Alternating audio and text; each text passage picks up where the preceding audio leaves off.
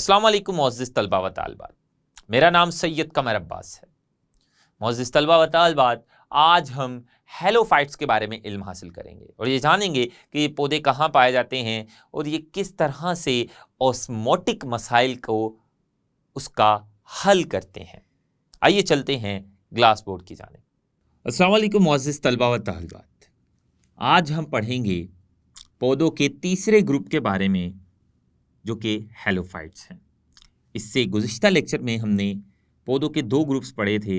उसमें हमने हाइड्रोफाइट्स के बारे में पढ़ा था और हमने ज़ीरोफाइट्स के बारे में पढ़ा था, और हमने जाना था इन दोनों किस्म के पौधों को कितनी कितनी मिकदारों में पानी दस्तयाब होता है और इनको दरपेश मसाइल और उन मसाइल का हल, उन मसाइल को हल करने के लिए जो उन पौधों ने मुख्तलिफ़ तरीके इख्तियार किए होते थे, उनके बारे में भी हमने तफसील से जाना। आज हम हेलोफाइट्स के बारे में पढ़ेंगे। ये जानेंगे कि हेलोफाइट्स होते क्या हैं और इनको कौन से मसाइल का सामना होता है और ये उन मसाइल को हल करने के लिए कौन से तरीके इख्तियार करते हैं। तो सबसे पहले ये जान लेते हैं कि हेलोफाइट्स हैं क्या। ये समुद्री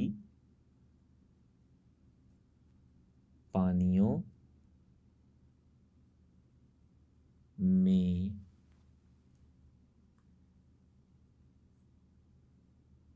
पाए जाने वाले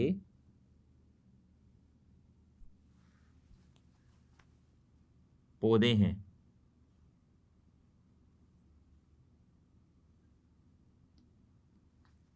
और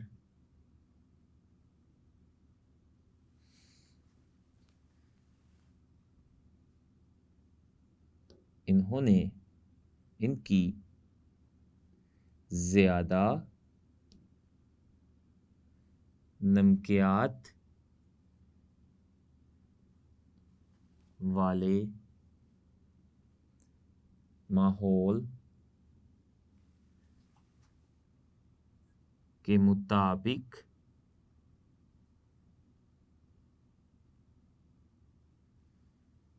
इनकी ज़्यादा नमकियात वाले माहौल के मुताबिक ज़िंदगी बसर हो रही होती है। तो हेलोफाइट्स क्या है? हेलो का मतलब होता है नमक और फाइट का मतलब होता है पौधा।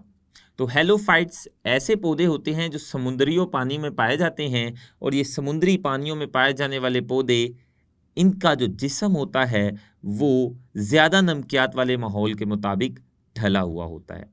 इनकी जो मुताबिकत है वो ज़्यादा नमकियात वाले माहौल के साथ होती है, क्योंकि समुंदर के पानी में हम जानते हैं कि नमक बहुत ज़्यादा होता है। इसलिए ये ऐसे पौधे हैं जो ऐसे पानी में पाए जाते हैं जहां नमक बहुत ज़्यादा होता है, इसलिए इन्हें हेलोफाइट्स भी कहते हैं।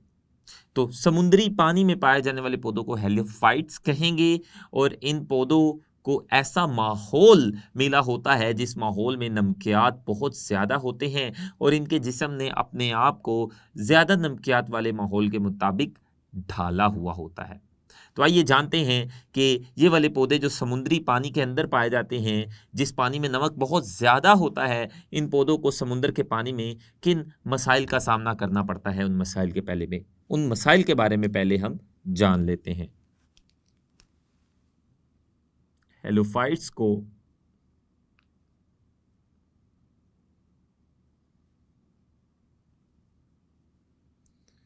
दरपेश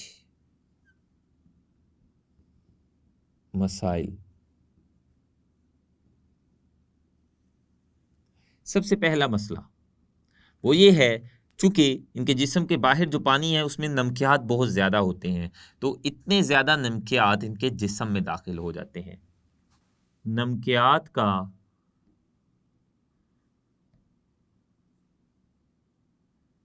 जिस्म में ज़रूरत से ज़्यादा दाखिल हो जाना, ये पहला मसला है।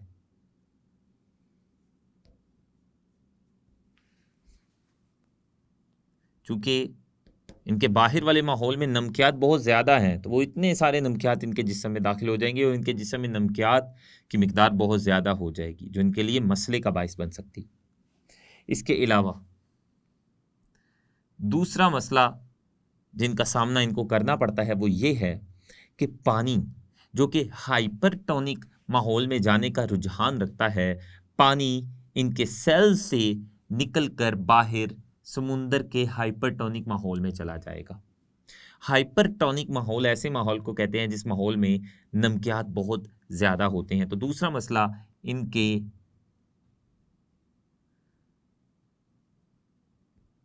सेल्स का पानी समुंदर के हाइपरटोनिक माहौल में, इनके सेल्स का पानी समुंदर के हाइपरटोनिक माहौल में जाने का रुझान रखता है। तो होगा कुछ यूं, इनके सेल्स का पानी इनके सेल्स और इनके जिस्म से निकलकर बाहर हाइपरटोनिक माहौल में चला जाएगा। आखिर पानी हाइपरटोनिक माहौल यानी ऐसा माहौल जहां पर नमकियात बहुत ज़्यादा होते हैं, उस माहौल की जानिब भी क्यों जाता है? आप याद कीजिए, 9वीं जमात में आपने पढ़ा होगा बाब नंबर 4 में ओस्मोसिस की तारीफ। आइए उस ओस्मोसिस की तारीफ को हम दोबारा लिखते चलें और ये जानें कि पानी क्यों ही हाइपरटोनिक माहौल की जानिब हरकत करता है। तो पहले हम ओस्मोसिस की तारीफ लिख लें।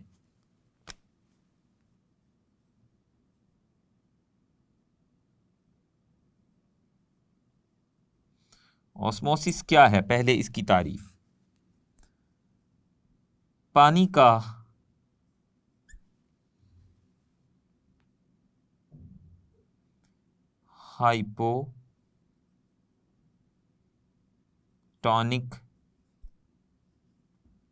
हाइपोटोनिक का मतलब है ऐसा सॉल्यूशन जिस सॉल्यूशन में सोल्यूट का इर्तिकाज कम होता है। पानी का हाइपोटोनिक यानी जिसमें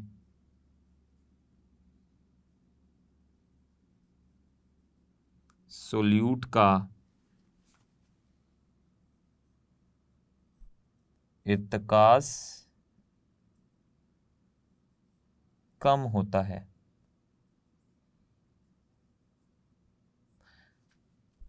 तो पानी का हाइपोटोनिक सॉल्यूशन से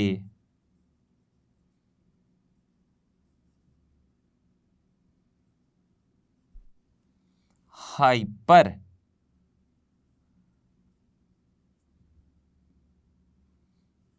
टॉनिक सॉल्यूशन, और हाइपरटोनिक सॉल्यूशन ऐसा सॉल्यूशन होता है जिसमें सोल्यूट का इर्तिकाज यानी सोल्यूट की मिकदार बहुत ज़्यादा होती है। हाइपरटोनिक सॉल्यूशन ऐसा सॉल्यूशन जिसमें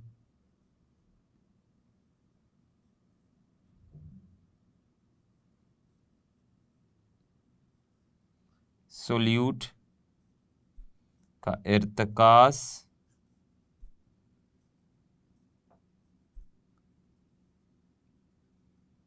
ज़्यादा होता है।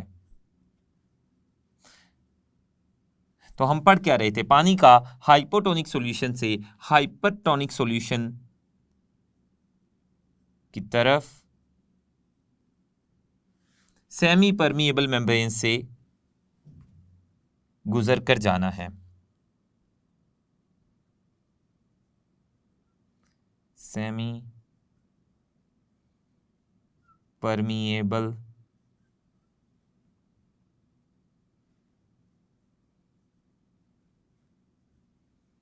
मेम्ब्रेन से गुजरकर जाना है।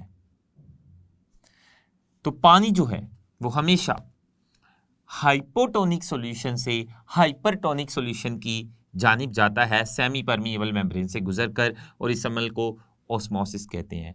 और हाइपोटोनिक सॉल्यूशन ऐसा सॉल्यूशन होता है जिस सॉल्यूशन में जो सोल्यूट या नमकियात होते हैं वो कम होते हैं। और हाइपरटोनिक सॉल्यूशन ऐसा सॉल्यूशन होता है जिस सॉल्यूशन में सोल्यूट या नमकियात बहुत ज़्यादा होते हैं। तो पानी हमेशा ऐसे माहौल से जहां नमकियात की मिकदार कम होती है उस माहौल की जानिब गुजर कर जाता है जहां नमकियात की मिकदार ज़्यादा होती है। अभी हमने कहा था कि जो पौधे समुंदर में पाए जाते हैं उन पौधों के सेल्स में पाया जाने वाला पानी उन पौधों के सेल से निकलकर बाहर समुंदर के पानी में चला जाएगा। वो इसलिए क्योंकि उनके जो सेल का माहौल है वो हाइपोटोनिक होता है और उन पौधों के बाहर जो समुंदर के पानी का माहौल है वो हाइपरटोनिक होता है। पानी हमेशा हाइपरटोनिक यानी ऐसा माहौल जहाँ सोल्यूट या नमकियात ज़्यादा होते हैं उसी माहौल की जानिब जाता है और इस अमल को ऑस्मोसिस कहते हैं।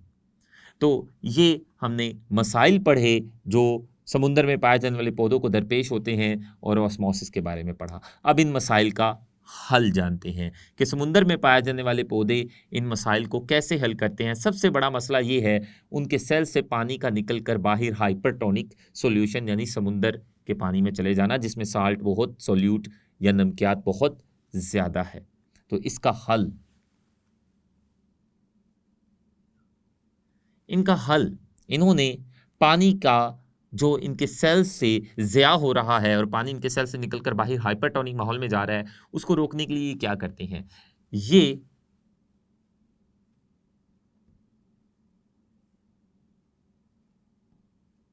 बड़ी मिकदार में नमकियात को अपने अंदर लाकर अपने सेल्स के वैक्यूल में ज़ख़ीरा कर लेते हैं और उन नमकियात को वैक्यूल के अंदर लाने और रखने के लिए एक्टिव ट्रांसपोर्ट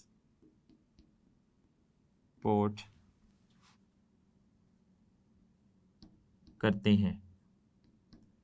तो इनके वैक्यूल में ये पौधे अपने सेल्स के वैक्यूल में नमकियात बहुत ज़्यादा कर लेते हैं और मज़ीद नमकियात वैक्यूल में दाखिल करते जाते हैं।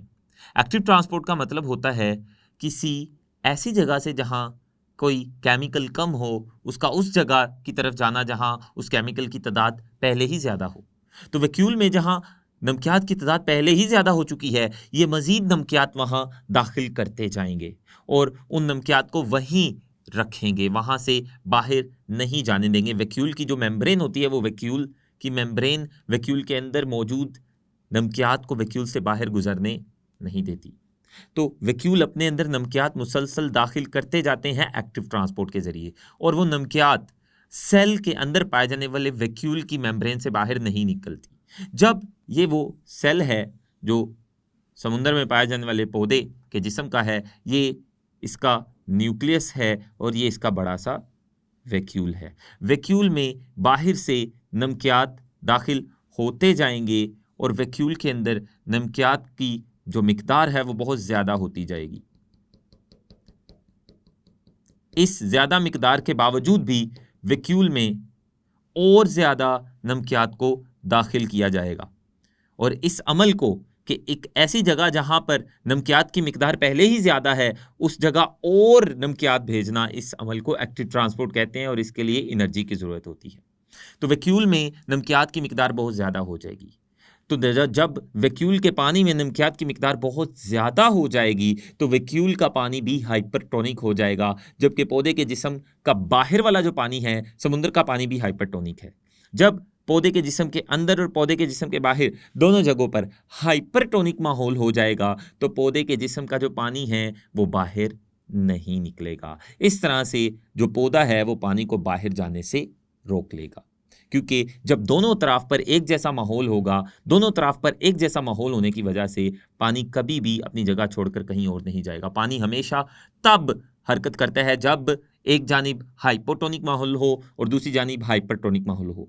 जब अंदर भी हाइपरटोनिक माहौल बना लिया जाएगा जबकि बाहर पहले ही हाइपरटोनिक माहौल है, तो पौधे के अंदर और पौधे के बाहर दोनों तरफ हाइपरटोनिक माहौल होने की वजह से पानी पौधे के जिस्म से बाहर नहीं निकलेगा। और ये सिर्फ इस वजह से मुमकिन हुआ कि पौधे ने अपने अंदर बहुत ज़्यादा नमकियात दाखिल किए और उन नमकियात को अपने सेल्स के वैक्यूल में दाखिल कर दिया, और वैक्यूल की जो मेम्ब्रेन थी उन्होंने उस नमकियात को बाहर निकलने की इजाज़त नहीं दी, जिसकी वजह से सेल्स और वैक्यूल का जो अंदरूनी मवाद और सैप है वो भी हाइपरटोनिक हो गया, जिसकी वजह से इन सेल्स से पानी बाहर निकलना ख़त्म हो गया। और इन्होंने इस तरह से अपने इस मसले को, जो मसला ये था कि इनके जिस्म से पानी बाहर हाइपरटोनिक माहौल में जा रहा था, इन्होंने अपने अंदरूनी माहौल को भी हाइपरटोनिक बनाकर दोनों तरफ को एक जैसा बनाकर पानी के बाहर निकलने को रोक दिया। तो ये था हेलोफाइट्स का पानी के ज़िया को रोकने के लिए तरीका। इनकी मिसाल है समुद्री घास। समुद्री घास ये समुद्र के अंदर पाया जाने वाला एक पौधा है, और इस पौधे को कौन कौन से मसाइल का सामना करना पड़ता है और उन मसाइल से निपटने के लिए ये पौधा कौन से तरीके इख्तियार करता है वो भी हमने जाना। तो मोअज़्ज़िज़ तलबा व तालिबात, आज हमने ऑस्मोटिक मुताबिकतों के लिहाज से पौधों की क्लासिफिकेशन को मुकम्मल कर लिया।